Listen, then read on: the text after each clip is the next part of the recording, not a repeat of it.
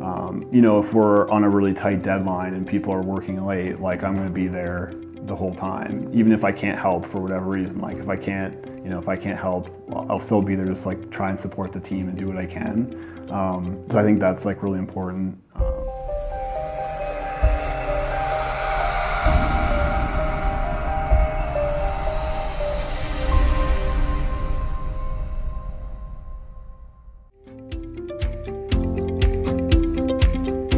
We make scientific instruments that help scientists to get the data they need to make their next big discovery. Our instrument basically allows them to get really, really detailed data on what's happening at the molecular level.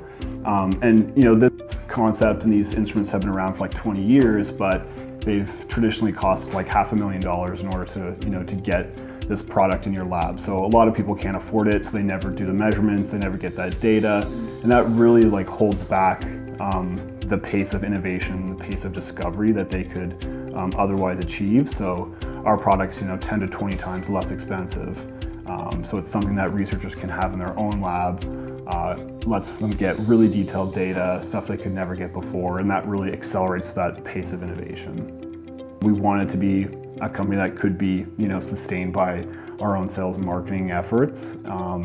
And that's what we did. So a couple of years later, we got to that point. And then just recently, we did raise some more funding just to help, accelerate the next generation of products that we're building.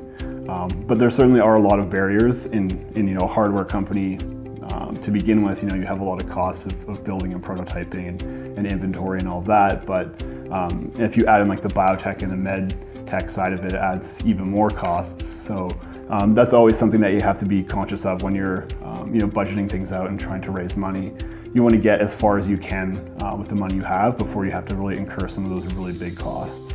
I was attracted to Waterloo initially because of the engineering programs. Like they're easily some of the best in the world, so that's like an obvious choice to come here for that. But I really stayed because of the startup ecosystem. So there's so many companies that you could look up to and that were maybe 1 or 2 years ahead of you. And you could go to them for advice, and everyone was like genuinely wanting to help you be successful. There was no other like motive there. It was like, hey, I was in your position a year, 2 years ago. I know how it is. Like, let me help you out. Everyone's super hardworking, but we also really value and put a lot of effort into making sure people are like healthy and happy as well. So there's lots of stress, but we want to do a lot of things to make sure people can handle that, in the best way possible. Because if people aren't happy and healthy, they're not going to be their most productive selves. I think, in 5 to 10 years, we want to be able to say, hey, like those 5, therapeutics or those 5 drugs were developed using, instruments that we made. So.